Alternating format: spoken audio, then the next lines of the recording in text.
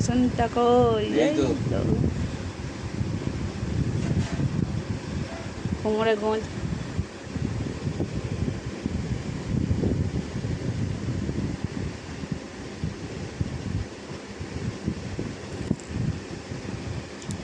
এদিকে তো ও টিভি দেখছে না, ওটা ওটা কাঁধে কাপড়টা তখন যেরকম কাঁধে একটু গলা থেকে একটু টেনে দাও কাপড়টা,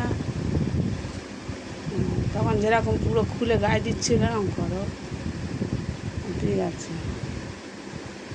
একটু মাথায় না এরকম করো।